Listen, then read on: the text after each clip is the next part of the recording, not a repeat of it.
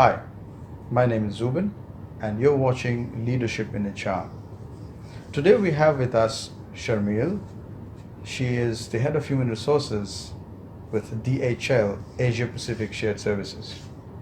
So let us get to know a little bit more about Sharmeel. So Sharmeel, welcome to our show. Thank you.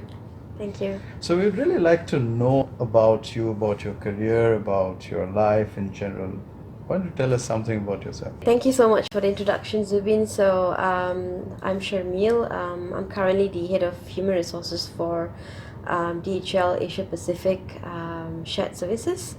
And I've been in the HR fraternity, HR role, HR experience for the past 13 years of my life. But I didn't start my profession as a HR professional or practitioner. I actually picked up my skills on the ground.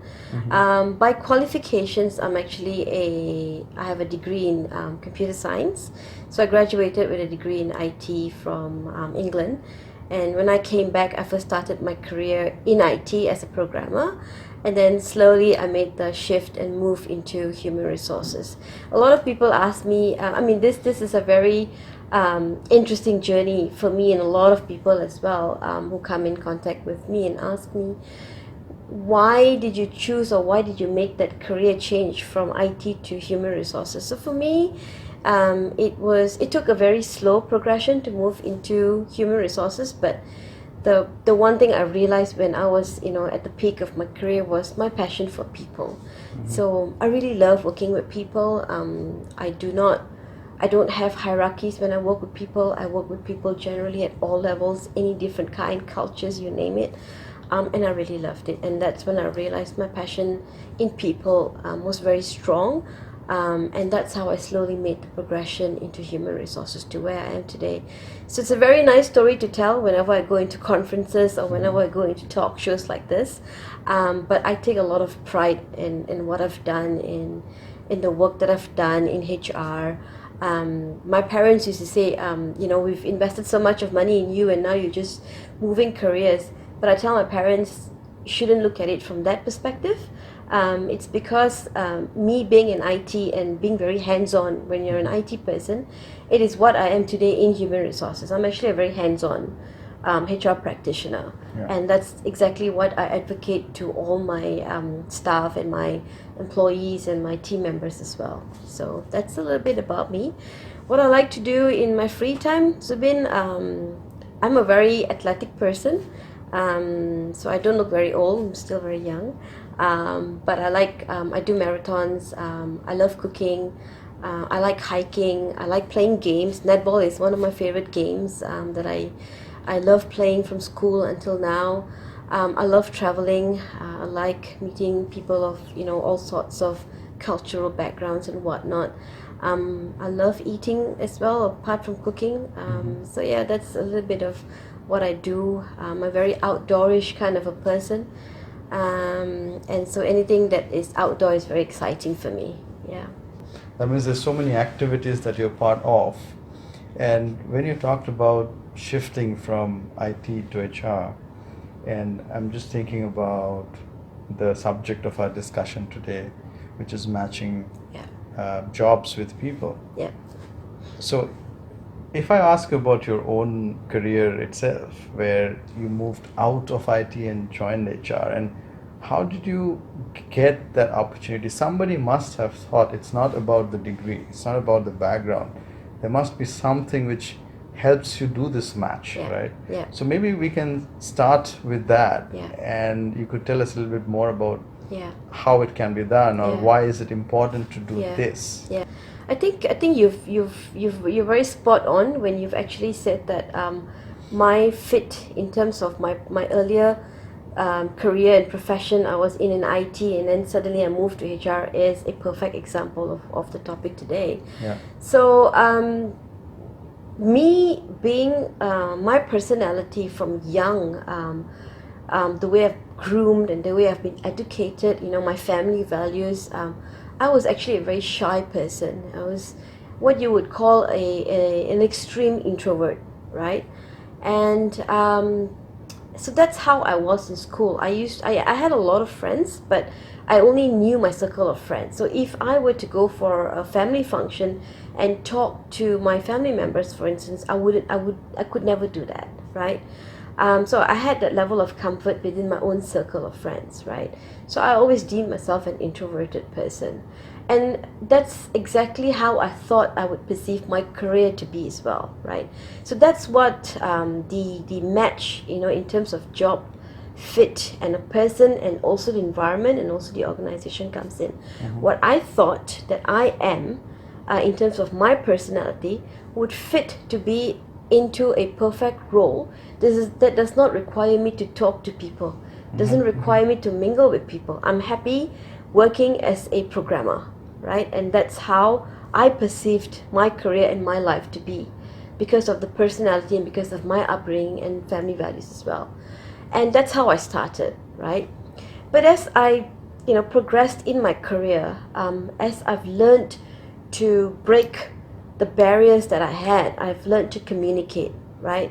And as I went along, and I was very privileged because I had my supervisors, my managers telling me, hey Sharmeel, you should look at yourself and you should get into the profession of a trainer, right? And I said, I don't know, I'm a programmer.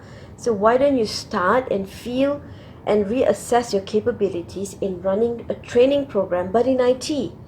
So I said, yeah, okay. I mean, that would probably get me to overcome my fear with public speaking, with audiences. And that something, when I went back to my school days, right, something I did really well. I remember one time my principal actually called me up on the stage in a Monday assembly to narrate a story in our local language, and I did a really, really good job, right?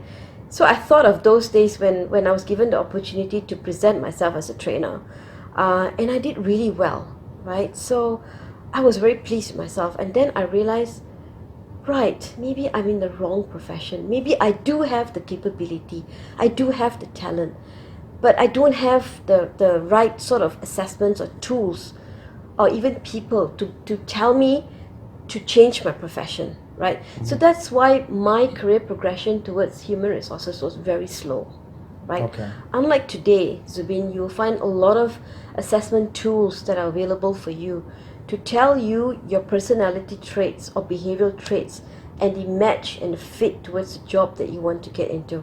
Yeah. Forget myself, right? Let's look at the general population these days, yeah? Let's look at maybe an engineer, right? An engineer who goes through college, goes through university, comes out with an engineering degree, right? Very engineering centric, right? And his expectations is that I would like to get into a job that fits me as an engineer.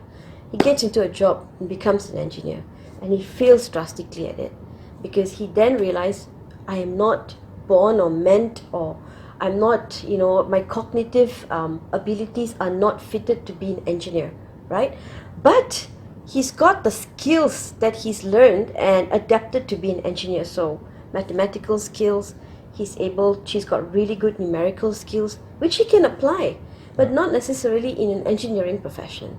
So that's where I'm coming from. So that's why for me as well, my experiences as an IT professional gave me the capability to be very hands-on on everything, right?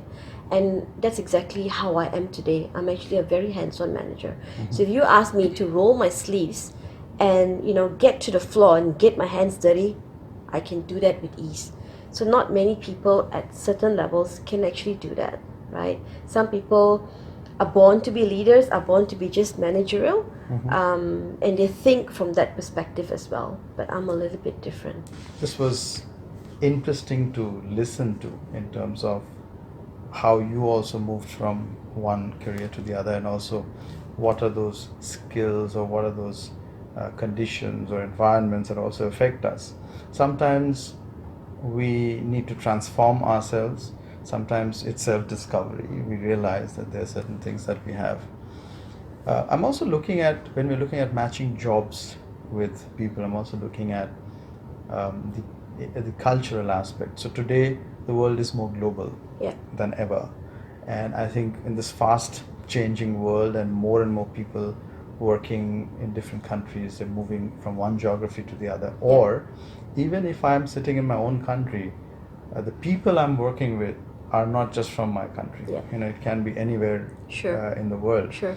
So, your experience as an HR head in various companies, do you see that this is an important factor? And when you're matching jobs with people, how do you look at the both the cultural fit as well as, if I call it, the intercultural fit into a particular role? Yeah, I think it's a very important factor, right, in terms of cultural fit, because it really does matter in terms of cultural integration, right?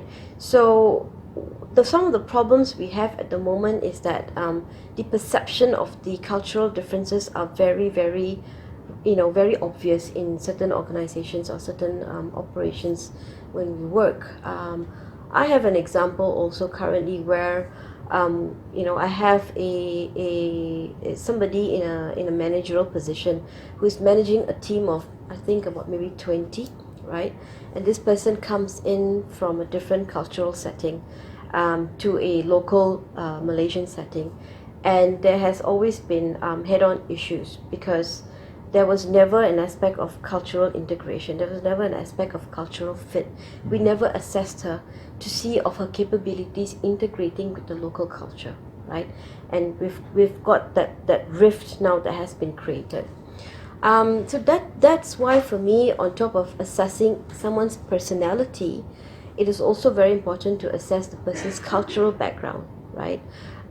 Because it matters. It does matter in a lot of ways in terms of influence, in terms of the person's gaining the respect, in terms of attaining proper competencies of that person culturally and embedding that into a local competency sort of culture, also from an organizational environmental perspective. So a lot of people who don't have the cultural fit will struggle eventually. So it's very simple. To assess a cultural fit, we look at the social elements, we look at communication elements, right?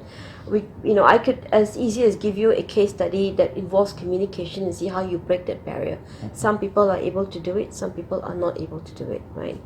So it is the same concept as well with people we bring in that have a certain personality into the organization.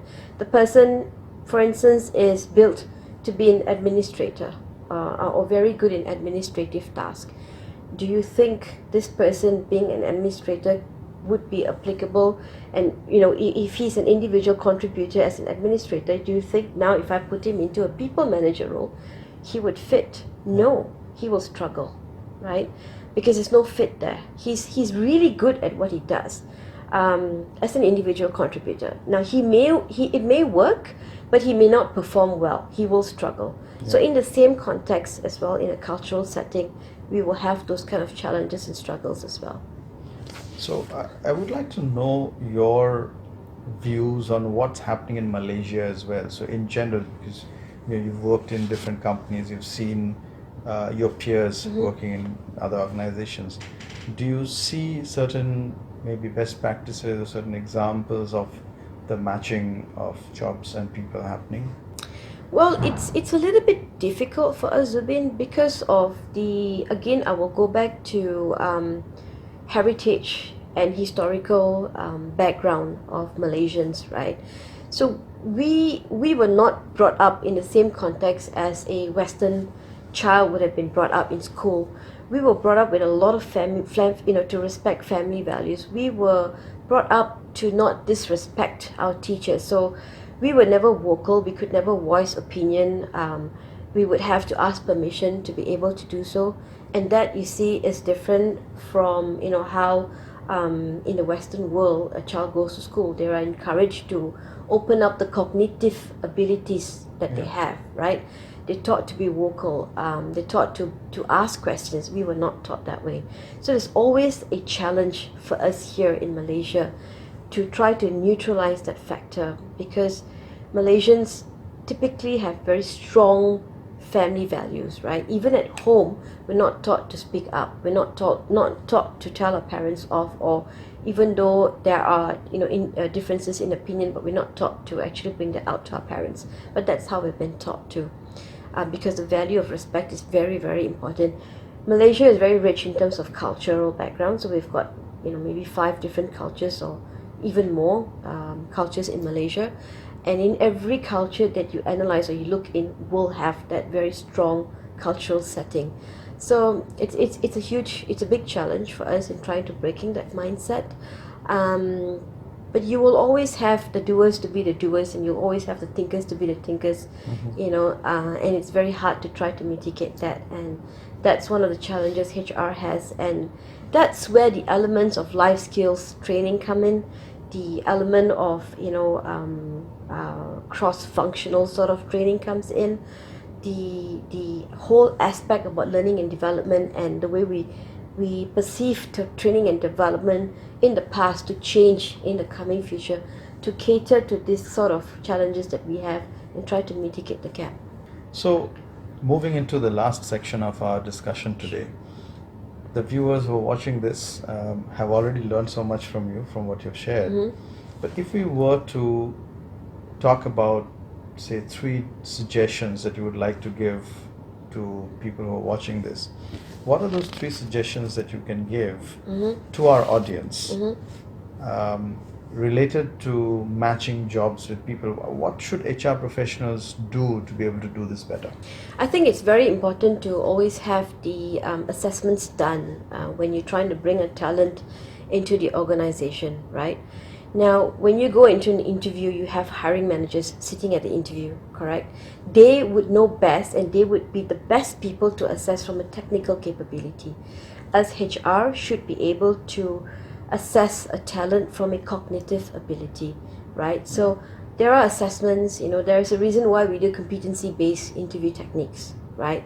There is a reason why, we put personality traits, or there is a reason why we ask, we come up with case studies, and we ask the candidates to present the case studies or the findings of the case studies to us. We're not looking for a yes or no or black and white answer, but rather we're looking at how you actually present your topic or present your thought. For us, the thought process is very important, and that's something that is severely missing with talent these days, right? You come in, you present your technical capabilities, you present your qualifications, you present all of that, perfect, fine.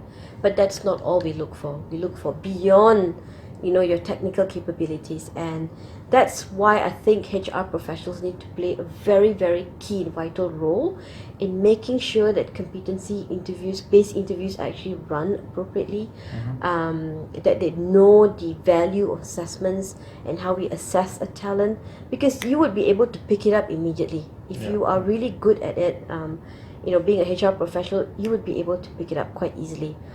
It didn't take me long to learn psychology, behavioral traits, personality traits of a person. I can actually pick things up quite easily, and I can actually, then determine if that interview is going to last 15 minutes or 5 minutes or 30 minutes, because you would already gauge, you would already know. So that's basically my advice to a lot of HR professionals. Stop looking at, assessment of talent administratively, but look at it from a psychological perspective, from a cognitive behavior perspective, and look at it from a personality perspective, because you want to bring in a person that would fit, into the socio-environmental sort of aspects of a company, and not otherwise. That's basically my advice. I think that's really good advice for Thank you. everyone. I would like to thank you for being part of our show, and I hope we can learn more from you in the future as well. Thank you so much for It's being always here. my pleasure, Zubin. Thank you very much. All right. So we were listening to Sharmeel, and I hope you've learned a lot of things from her. And matching jobs with people is something very, very important, very crucial for any organization. If you are responsible for something like this, then I think this has given you a lot of insights. So if you like this video, please share it with your peers, with your friends, and until next time, goodbye.